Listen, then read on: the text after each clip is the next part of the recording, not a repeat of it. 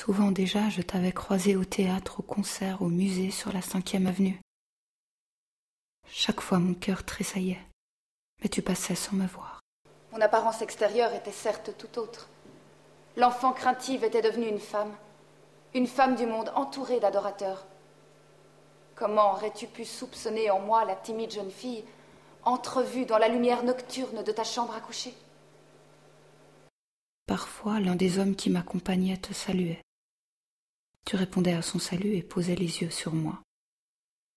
Mais ton regard était aussi étranger que courtois. Il m'appréciait sans me reconnaître.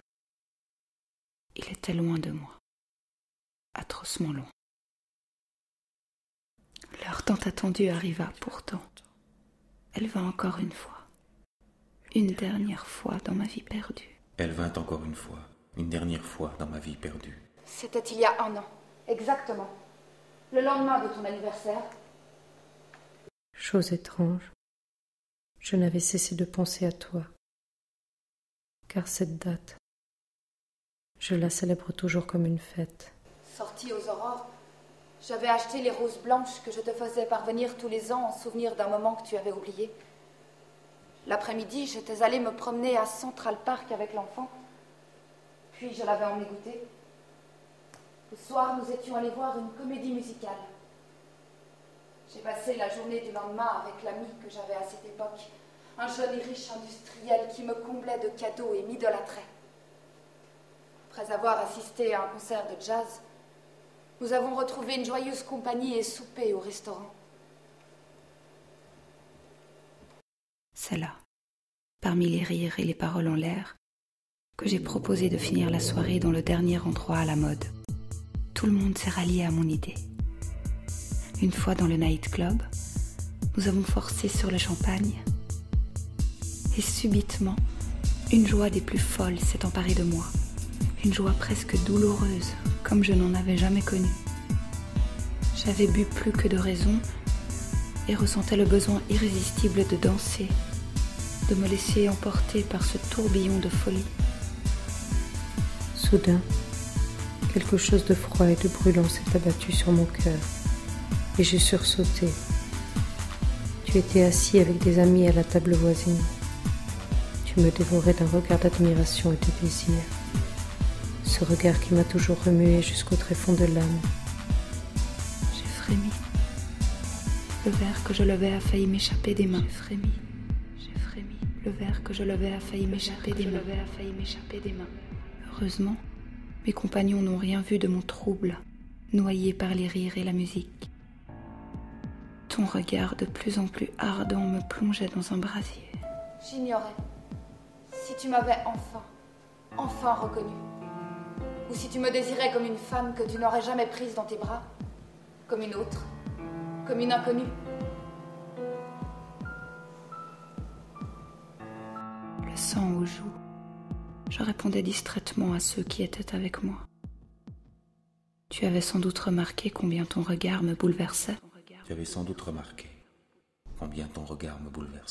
D'un signe de tête, imperceptible pour les autres, tu m'as demandé de bien vouloir sortir un instant dans le hall. Puis tu as réglé l'addition de façon ostensible. Tu as pris congé de tes amis, non sans m'avoir fait à nouveau signe que tu m'attendais dehors. Je tremblais comme en proie au froid ou à la fièvre. Le hasard a voulu qu'au même moment, un couple se lance dans la démonstration d'une danse endiablée. L'attention générale étant fixée sur eux, j'ai tiré profit de cette situation. Je me suis levée, en disant à mon ami que je ne serais pas longue, et je t'ai rejoint. Tu m'attendais devant le vestiaire. Ton regard s'est éclairé en m'apercevant. J'ai perçu immédiatement que tu ne me reconnaissais pas, que tu ne reconnaissais ni la fillette, ni l'adolescente d'autrefois. Tu m'as tendu la main comme on la tend à une femme qu'on rencontre pour la première fois, à une inconnue. Pourriez-vous un jour me consacrer 1 heure ? M'as-tu demandé sans embâge ? Tu me prenais pour une de celles qui se vendent, à l'espace d'une nuit. Oui, T'ai-je dit avec le même naturel de la jeune fille tremblante, abordée dans la rue au crépuscule 10 ans plus tôt. Devant toi, j'étais dépourvue de honte. Seriez-vous libre, maintenant? M'as-tu demandé avec un rien d'hésitation? Oui, partons. Sans plus tarder, j'ai mis mon foulard sur ma robe du soir et suis sortie dans la nuit, sans me soucier dans ma folie de l'homme affectueux et bon qui me faisait vivre depuis des années, que je couvrais de ridicule devant ses amis en l'abandonnant pour suivre un inconnu. Je me rendais compte que je brisais ma vie, mais que m'importait l'amitié, l'existence même, au prix de l'impatience que j'avais de sentir à nouveau le contact de tes lèvres et de t'entendre m'adresser des mots tendres.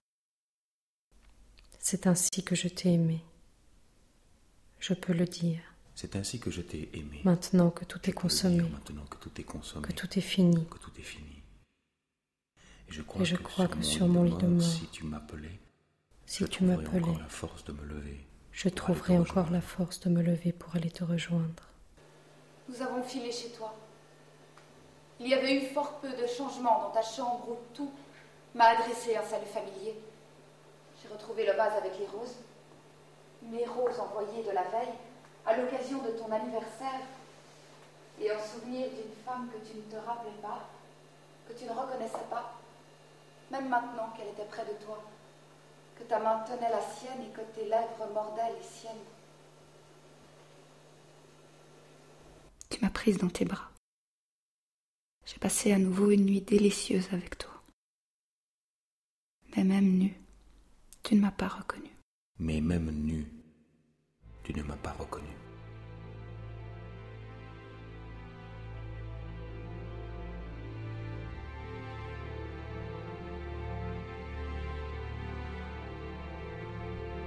Jamais je n'ai constaté chez un homme, dans ses caresses, un abandon aussi absolu à l'instant présent, une telle effusion, un tel rayonnement venu du plus profond de son être, pour mieux éteindre le tout ensuite dans un oubli infini, sans presque rien d'humain.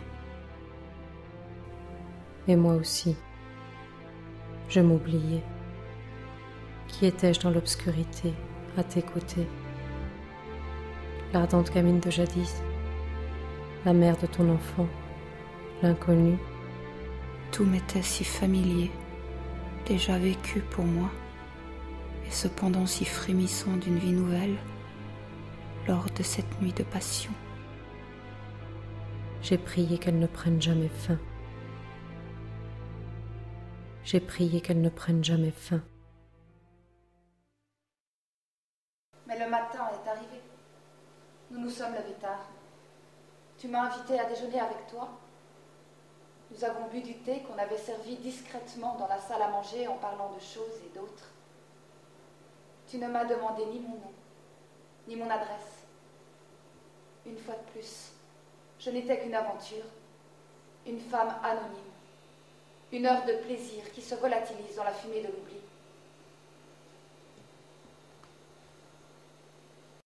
Tu m'as raconté que tu t'apprêtais à faire un long voyage en Europe. J'ai tremblé en plein bonheur, car déjà retentissait à mon oreille le martèlement de ces mots. Fini, fini et oublié. Volontiers je me serais jetée à tes genoux en criant. Emmène-moi avec toi. Reconnais-moi enfin, enfin après toutes ces années. Mais j'étais si timide et si lâche, si faible et si soumise devant toi. Je n'ai pu que te dire, dommage. Ton regard s'est posé sur moi et tu m'as demandé en souriant. Ça te fait vraiment de la peine? À ce moment, saisi d'un brusque emportement, je me suis levée. Je t'ai regardé longuement, fixement. Puis je t'ai dit, l'homme que j'aime est toujours en voyage. Maintenant il va me reconnaître. Ai-je songé? Mais tu m'as répondu d'un sourire et tu m'as déclaré pour me consoler. Oui, mais on revient toujours. Oui, on revient. Mais on a oublié. Le ton sur lequel j'avais dit cela devait avoir quelque chose d'exalté, car tu t'es levé, toi aussi, et tu m'as dévisagé, avec étonnement et beaucoup de tendresse. Ce qui est bon ne peut s'oublier. Je ne t'oublierai pas. M'as-tu dit? En même temps, ton regard plongeait jusqu'au fond du mien, semblant vouloir inscrire l'empreinte de mon visage. Et en le sentant me pénétrer, fouiller, aspirer tout mon être, j'ai cru alors que le charme qui t'aveuglait était rompu.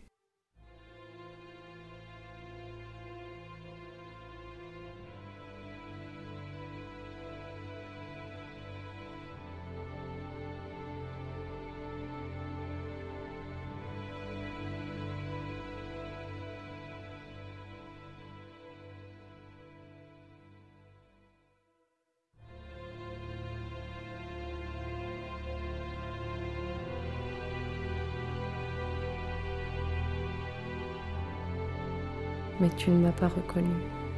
Non.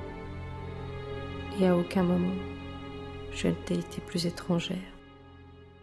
Sans quoi jamais tu n'aurais pu faire ce que tu as fait quelques minutes plus tard.